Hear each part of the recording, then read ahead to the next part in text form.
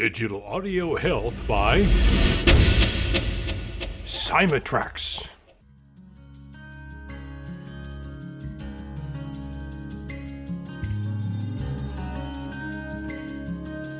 Welcome to the Rhonda Grant Show with your host, Rhonda Grant.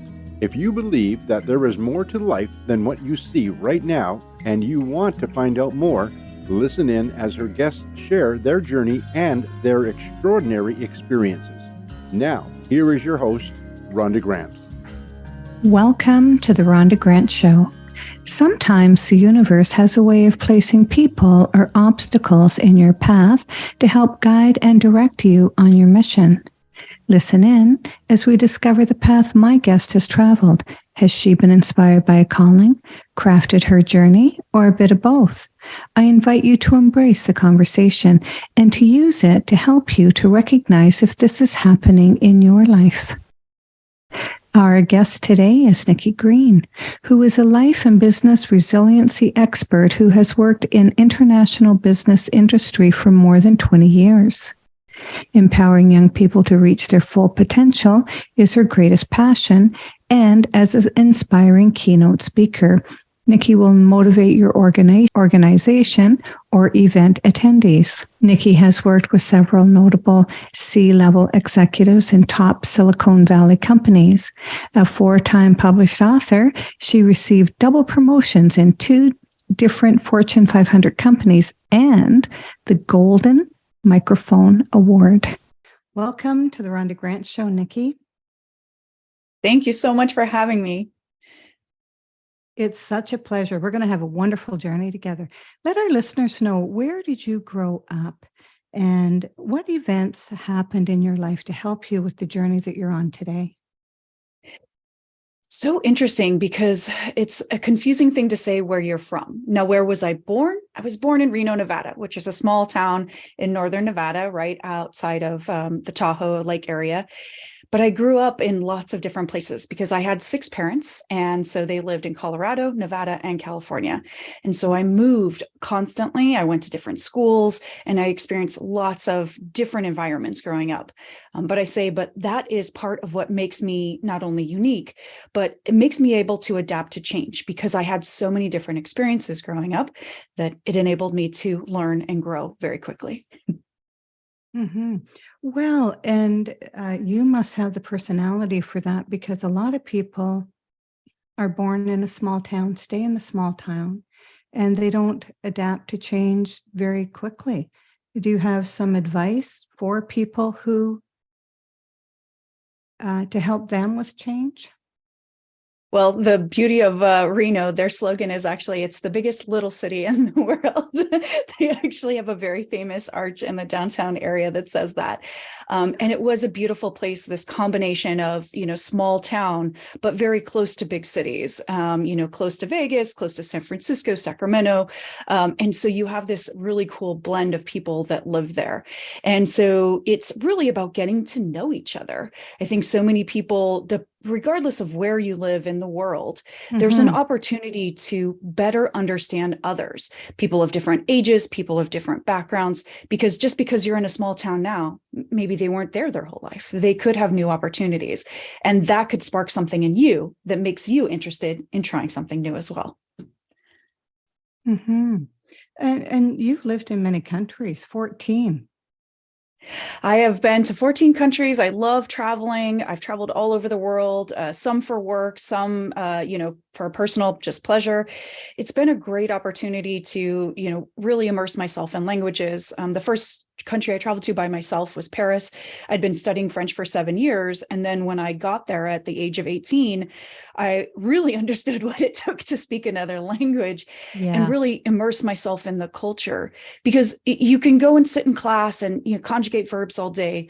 But as one of my teachers would also say is like, well, is that what you want to do when you get to the top of the Eiffel Tower? Probably not.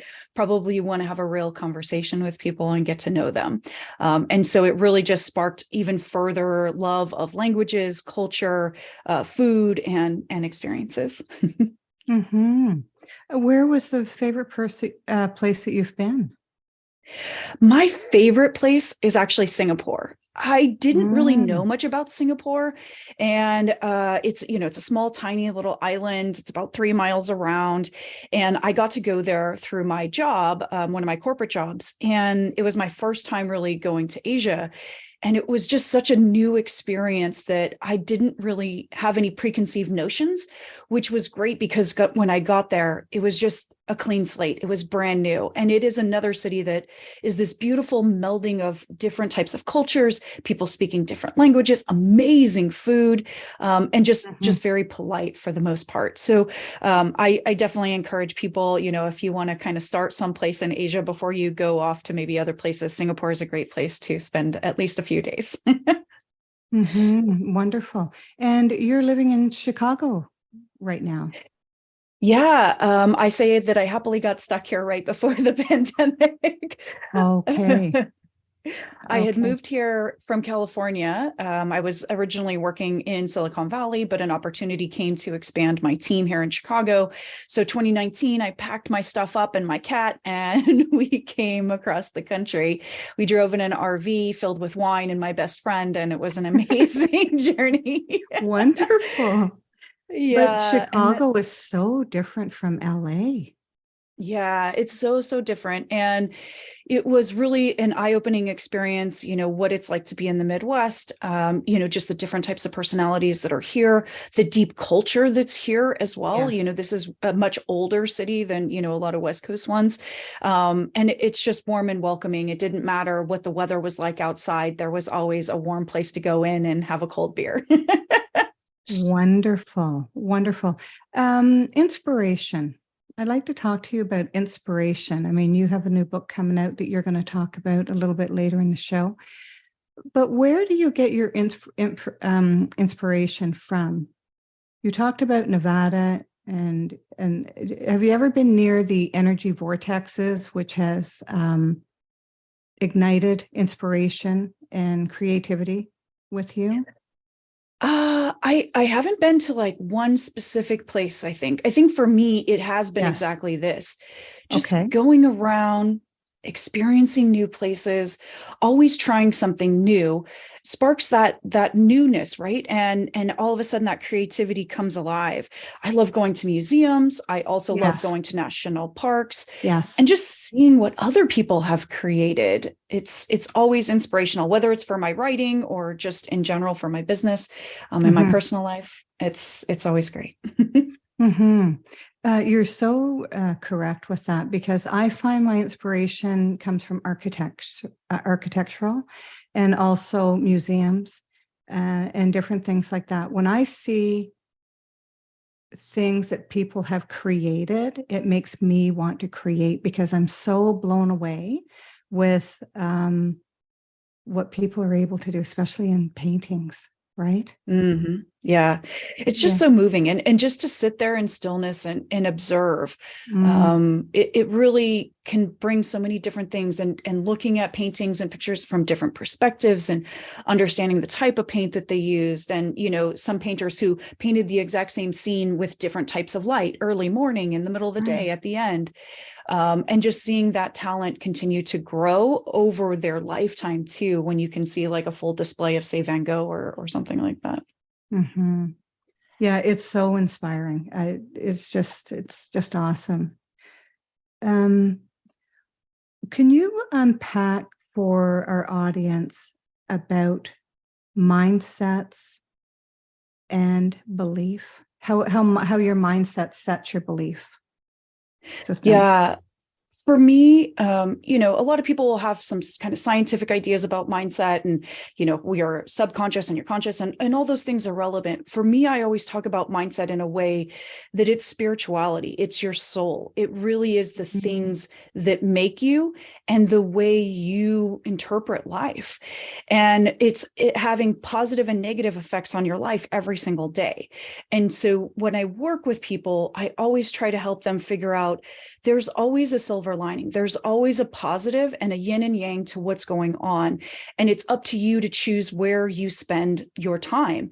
It's very easy. You can get in a negative spiral and be like, the world's against me and all these terrible things keep happening. But that's not really going to get you moving forward. That only gets you moving back. So I try to push with people to stay in that positive side, find the upward spiral, and make sure they're moving towards their goals, their dreams, and do something exciting with their life. Beautifully put. That's wonderful. Let us know about the name of your book. Yeah, Chameleon Mindset is the new book. Super excited. I talk, of course, about chameleons, but about how mindset can affect your life, and the importance of using it to achieve your goals. And but in your book, you describe a chameleon to a zebra, right? Yeah. Can you give us a little bit of analogy on that? Yeah. And there's a lot of different analogies people have used over time, to kind of describe this, but I think it's a good dichotomy between the two. In the chameleon way, and chameleons have gotten a bad rap for a long time, but chameleons are actually adapting to change. They're trying to attract the things that they want in life. And they're vulnerable in that process. By flashing their bright colors, they're going to be seen potentially by a predator, even if they need food or they need to change the temperature that, they're living in. And on the other side, the zebras are kind of stuck in a mindset that is fixed and unmoving. And whoever you are is who you will always be, and that it's not possible to adapt. And so I talk about these two things to explain, as you're going through your different modes of, going to work, dealing with your kids, coming home and dealing with your house. Are you sitting in the right side of that mindset? Are you stuck in this is just always the way things are going to be, zebra way? Or are you ready to adapt and take care of life and really move towards those things you want to have? And the pandemic really stopped a lot of people in their tracks, didn't it? And you really had to dig deep in order to keep yourself at a certain level, because it was really easy during the pandemic to get down because there was so many things that were not good about it. So what could you advise business people who are coming out of the pandemic, and the world has changed? I mean, people have changed because of something. Absolutely. Right. And so with your business model, how would you help somebody to sort of regroup? Because some people lost their jobs or stopped their jobs because they had to do childcare, right? Yeah. So people had to make tough choices during the pandemic, and I was different. I left my job. I lost my apartment downtown in Chicago. It was just one thing after another. And, it was really reinventing myself through that process. Right. I think one of the most beneficial parts that happened during the pandemic was that stillness, that quiet, that chance to actually sit down and think about the things that we wanted that we weren't happy about. Now, we couldn't control some of when we got out to do those things, but at least we had that stillness. And I feel like we immediately jumped back into being too busy, and we haven't taken that time for stillness again. And then we're starting to lean towards that zebra mindset again. Oh, the economy's terrible. Oh, this terrible thing is happening in politics, all the different layers of things that are happening around the globe, and starting to blame others instead of just taking responsibility for our business and ourselves and going after the things we want. And that takes an amount of time to really be like, why is this not making me happy? Why is this not working in my business? If you're forcing things that aren't meant to be anymore, then it's not going to work. Hard work only gets you so far. At some point, you have to be smarter and you have to do things differently than you have done, which takes an amount of change. And so, I mean, some people did lose their jobs and they've had to reinvent themselves, but it's, it sounds like that would be an easy thing to do, but really it's not. It's a really difficult thing to reinvent yourself. It is. And so many people, you went to school and you were told, hey, if you just get this degree, you're going to be this thing. And Okay. that's all you got to do. And then you're done. And it's not that simple. The world is changing, especially business is changing rapidly with technology and so many Mhm. advances happening. And so if you're not adapting to those things and thinking about retraining yourself or, taking a slight pivot from what you did before, most of the jobs that exist right now are going to be totally different 5 years from today. And so what's going to happen when you do that? If you're not adapting, then yes, many of us will be out of work. And so I really encourage people to start rethinking ahead of that curve. Even if you've lost your job now, I know there's been many, many layoffs happening across Silicon Valley and other places. It's not the end of things. We've gone through many recessions before. It's about really thinking about, is this the right path for me? And what could I do now that I have this opportunity to take a pause and rethink about it? Mm-hmm. And a lot of people start their own business because we can now have, with social media, we can have all the tools that we need to get our message out there or whatever business that we've started. Yeah. So we're in what's called now the knowledge-based economy. The majority of things, at least in, most developing nations, were made off of things we think about, things we build with our mind. And so the barrier to entry to create in a business now is incredibly low. You don't have to have a brick and mortar store. You don't have to go manufacture goods all the time. You can just generate things of your own intelligence and your own genius. And so with that, there is an incredible amount of opportunity for what you have as part of your business. And so I think people need to rethink, in some of those old adages is like, oh, well, businesses fail and all those things. Well, okay, we can run businesses better, but what we're trying to do as a part of the business is drastically different than, even a decade or two ago. Mm-hmm. And a lot of people can start businesses from home where they don't have the overhead. And so if they, as you say, if they resonate in their stillness and write down the creative thoughts that they have, and even if that one thing doesn't work that you try, you're not investing money, a whole lot of money. You're investing your time, and you can pivot. And so, how would you advise someone to, believe in themselves? And because people say, what I always wanted to do was this, and they never took the opportunity. And one of the things is, people die, or before they die, they say, I wish I would have. Mm-hmm. Yeah, it's so tough because we have so many fears and doubts inside of us. And what I say is the most important thing when we start going on these journeys is, let's stop doing it alone. You have to find a support community. And by doing that, you can find someone that knows more about the industry you're trying to go in, that you can brainstorm ideas about what you're trying to do, that maybe has been in business for many years and understands what it takes to get things going. We try to figure out that, like, all of a sudden, because that's how school teaches us, you can't cheat off the test, you can't, open the book. That's not how life works. In life, you can open up every book in the planet on the internet. Yes. And so it's like, let's try to change that mindset about that fundamental piece, is that you have to know every single right answers in order to be successful. That's not true. We are successful because we are surrounded by a supportive community that can help us, and you can grow in leaps and bounds and get there so much faster. And if you take a misstep, you also have someone there to catch you. So I think just really encouraging people to change the way they think about it, as if it's like a solo journey, and think about it more in finding a support to make the magic happen. Well, that's wonderful advice. And yeah, I mean, there's so much on the internet that you can reach out to and find courses, even if you want to take a short course on something, in order to familiarize yourself with the industry that you're going into. And that's wonderful too. And there are some people who arrive here with unconscious competence. They just know how to do things. And if you are one of those people that can just whip up a business because you have an idea, you're going to be incredibly successful. Don't you agree?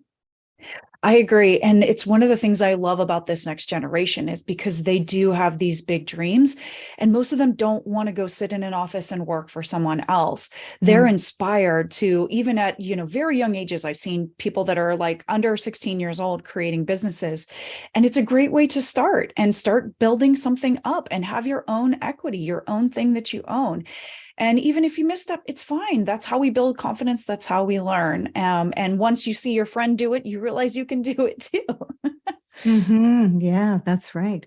You're listening to the Rhonda Grant Show right now, whose podcast has been treated with digital audio health by my sponsor, Symatrex. And we are speaking with Nikki Green today. And can you let people know how to contact you, Nikki?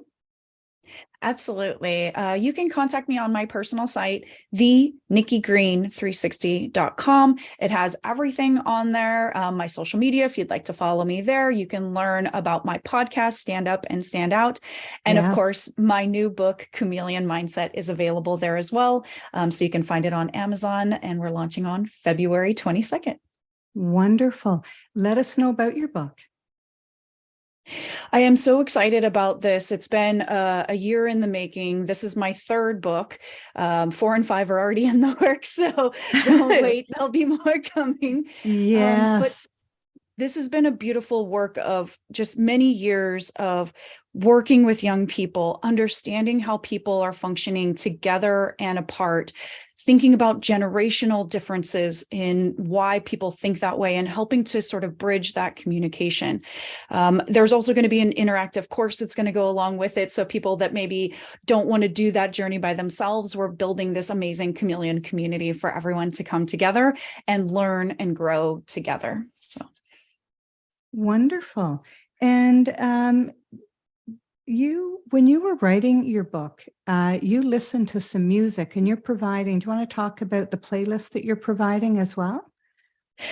Yeah, it was something I did in my first book, and everybody really loved it. But I love music. I love dancing. It's always been a big part. My grandmother was a music teacher, and, most of my family either sings or, performs in some manner.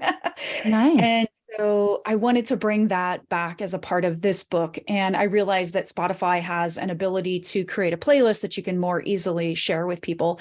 Throughout the book, there are QR codes. The playlist is just one of them, but it makes it a little bit more of an interactive experience.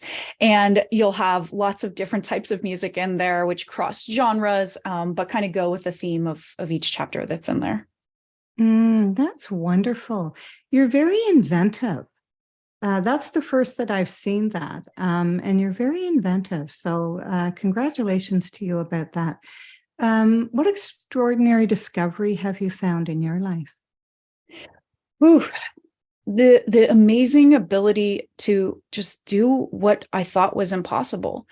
There are so many times where people have told me that these things just wouldn't come together, and why would I want to do this? And so many naysayers. And it never bothered me in a way that I was like, oh, okay, well, maybe I shouldn't do it then. Instead, I was just dumping it right in the deep end, and I swam for it. And it's been just so wonderful having those experiences to just reaffirm, whether it was in work or in my personal life. I've run marathons, I've traveled the world, and just continuing to see and be a part of humanity in all these different ways. Man, it's just a joy every day to keep experiencing that. Wonderful. You have a very positive attitude. A lot of people, myself included, when I was young, I listened to what people said, and people don't have your best interest at heart. That's the thing. And because they wouldn't do something, certainly doesn't mean that you shouldn't do something. I mean, if you go to an accountant, are you an accountant? Or a lawyer, are you a lawyer? And you ask them, they would say, it's too risky. You have to protect yourself. Like there's a lot of people who will discourage you from following your dream. What would you say to that, Nikki? Yeah, one of the things we do in the book is we do a risk tolerance assessment. Now, if you are coming from a finance background, we think about that in our 401k, your investing portfolio. But we've adapted this in a more conversational way to think about the goal you're trying to achieve as you read the book. There's also a QR code for a quiz. You can go and take the 60-second risk tolerance quiz yourself. Wow. But through that, it's finding out exactly where your fear lies. So not just saying yes or no, on or off, zebra, stripes. Yes. We want to add more color to it and really understand, are you just afraid to try something by yourself? Are you so paralyzed by it that maybe there's a traumatic experience that's keeping you from it?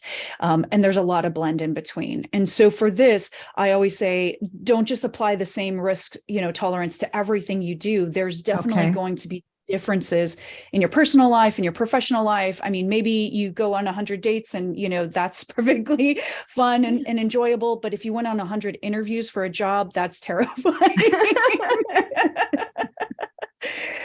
And so it's relating these kind of everyday things of, well, why am I not afraid over here, but I am afraid over there? And how do we take some of those positive aspects of, experiencing that in one way to make the other one more enjoyable as you go through it? Wonderful. What other exercises do you have in the book to help people? Oh, it's incredibly fun. And if you're a pop culture fan, there are references all throughout. There's all kind of Easter eggs. I'm a sci-fi nerd. I have a family full of comic book lovers. So there's lots of fun stuff in there. But we named the exercises Karate Kid style exercises. So just like Mr. Miyagi, you're not really going to know what you're getting into. We're not going to be doing something so specific to your goal that the fear comes back. We're going to have you go to a restaurant with a friend, and your friend is going to pick your meal. And so it's these exercises that are very simple, everyday things that are accessible to anyone. If you can't afford to go out, maybe you are laid off, you can very easily cook at home and cook a new meal as well. So there's alternatives for every spectrum of people to just be able to rethink the everyday autopilot that they're on and recalibrate to why they're doing the things that they're doing and why they're finding comfort in that autopilot, and how do we get them into an uncomfortable space to move forward. Wonderful. But people don't want to be uncomfortable. But they don't realize that the uncomfortableness is for a short period of time before we get comfortable again. Can you speak about that? And then I encourage people to, of course, we're setting big goals. We're trying to get to some end destination, but people get overwhelmed by that aspect of it. And instead of looking at the finish line, let's just look at one step in front of us, just 1 foot in front of you. You can see the ground very, very clearly, and you can see that foundation. And so instead of letting that overwhelm happen, just today, take one step. And tomorrow, take the next step. You can just keep making progress. And with every step, you get more confident. You understand where you sit with that goal, and you understand what you need, maybe support or help from others. And so by having people kind of focus just right in front of themselves, it makes that uncomfort less uncomfortable. Yes, it does. It does. And it's, and it's amazing how our brain continues to adjust and grow and adjust and grow as long as we don't put up that barrier. Because a lot of people have barriers when it comes to learning and when it comes to something new. And it's important that we don't overwhelm ourselves, because otherwise we're not going to make the progress. And so finding for you that right level, that right next step in order to get moving forward. It could be as simple as, doing a Google search, watching a YouTube video on something that you're interested in. It doesn't have to be like, committing millions of dollars to go build the business tomorrow, right? That would be scary. Exactly, right? Unless you happen to be, a bazillionaire, and then $1 million is just a drop in a bucket. So it's all relative. It's just like $10. Exactly. Yeah. Do you feel that you've been called to your journey, or do you feel you've crafted it, or a bit of both? A bit of both. Yes. There were so many forks in my road. Right. And at any point, I could have absolutely fallen off. And I am incredibly thankful for the people that stepped in during those times and said, Nikki, what are you doing? This is not you, in Right. just a positive way, right? And it's hard because there were some pretty traumatic things that happened as I was growing up. And it could have been the time where I just gave up on school, gave up on my future, and, Right. just had sort of a mediocre existence. But gradually, it could have been, volleyball coaches, teachers, just so many different people throughout my community that really saw this potential in me, even mentors and managers at work that, just saw me in passing. And I'm just so incredibly grateful to them. And that's why I also do what I do, because I could see that I was going to go on a wrong path without them. And hopefully I can help other people stay on their path by helping them as well. Right. Yeah. Wonderful. Yeah. We don't realize that we have present day messengers that are helping us and helping us on our journey, because it's so easy, especially when you're young and teenage years, to get off track.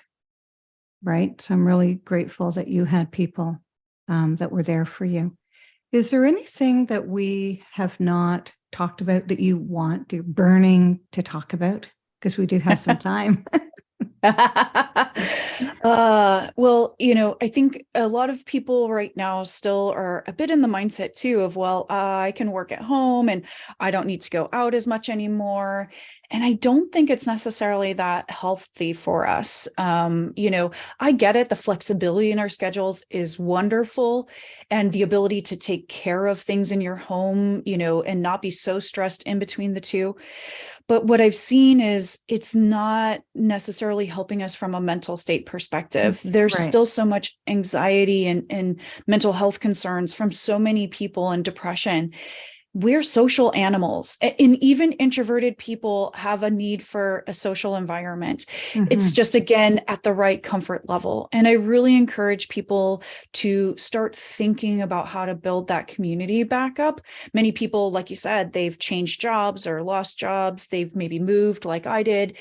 And it's really time for us to get back out into the world again and build up a new community with who we are today, how the world is today, and figure out where everybody else is, because they've changed significantly along the way too. So I think it's a really important aspect, because without it, we can't just rot away in our houses staring at the screen all day. It's a great way to facilitate business, to facilitate school, but it can't be the end. And I learned this long before the pandemic, because I moved to Miami. I was working remote and I was in the house all the time. The only interaction becomes, do this task, you're late on this deliverable, please read 100 more emails. And it's really wearing on you. It's very hard to work in that nonstop environment where you don't have, hey, I bumped into you on the kitchen. How's the kids? Yes. How's the cat? All just that kind of downtime conversation that we then forget to have. Those things are the things that get cut out. And as great as, having your family around at home is, it's also nice to have different conversations with people that, you don't know and you can get to know through that process. So as things continue to have maybe hopefully hybrid work environments, I really encourage people to start doing some fun stuff, have some social hours or ways to connect with people again. And don't talk about work, learn about each other and help each other, support each other through maybe challenges that they're going through too. And if you can't get in your car and drive somewhere, out walking, running, if you're near water, that's very inspiring, going near a body of water, right? And so it doesn't have to be a big thing, but boy, it really changes your mindset when you get out in the sun, even if it's a cloudy day, and go for a walk, because you're going to bump into somebody. I love it. There's a trail right by our house here. Yes. And so oftentimes, we'll go for a walk or take my bike out on it. And there's tons of other people walking their dogs, kids are in the strollers, playing at the park, and just that fresh air and getting your mindset in a different place, and your body and your mind are connected. So sitting still all day is not good for us. That movement is necessary to get those creative juices flowing, get that positivity back in your mind as well, and then reset for, the rest of your day. Yeah. And I mean, we're so lucky. I mean, our phones, you can record. I mean, lots of times I walk and it's just that rhythmic, meditative thing that you're doing that all of a sudden you get these brilliant ideas and you can just record it on your phone and then take it back to the office. I mean, exercise is good for your brain, your heart, your body, everything. And so it's really good advice. I thank you very much. It's been such a pleasure to have you on the show. Tell our audience again about your book, when it's coming out, and how they may purchase it. Yep. Chameleon Mindset is out on Amazon February 22nd. We'll continue to have broader distribution as the weeks go on. And you can connect with me on my personal site, the nikkigreen360.com. And there you can find about the book, the podcast, and everything else I'm up to. Yes, you have a beautiful website. Why did you call the book The Chameleon? Yeah, from my very first days in the pandemic, sitting down and starting to build my business, I thought about the things that made me different, the things that made me successful. And it was always this central theme about adapting to change. And I actually read a scientific study that talked about chameleons, because I know chameleons got this bad rap about, well, hey, you're just blending in to blend in and you're not being genuine to yourself. And nothing can actually be further from the truth. When a chameleon changes color, they're still a chameleon underneath. And so when they're in that calm Zen state, that's their everyday. And that's the everyday I want for all of you. I want you to flash your colors when you need support and let us know how we can help you. And then go back and have that harmony between your personal life, your professional life, and enjoy every single day in the sunshine. Just beautiful. It's been such a pleasure to have you on this show, and good luck with your book. I've read the first chapter. I love the way you write. It's so captivating. I want more chapters, so I'll be one of your first people to download that book on Kindle. Thank you so much. You're welcome. My pleasure. Thank you for being on the show. Theme song for the Rhonda Grant Show is Sun on the Water, composed and performed by my friend John Park Wheeler. This is Rhonda Grant with the Rhonda Grant Show, author of Magical Forces Within, Extraordinary Discoveries in an Ordinary Life, inviting you to look for the magical forces within yourself today and every day. Thanks for tuning in to the Rhonda Grant Show with your host, Rhonda Grant. If you would like to find out more information about Rhonda and her upcoming guests and the work that she does, go to her website, rhondagrantauthor.com. That's rhondagrantauthor.com. Digital audio health by Cymatrax.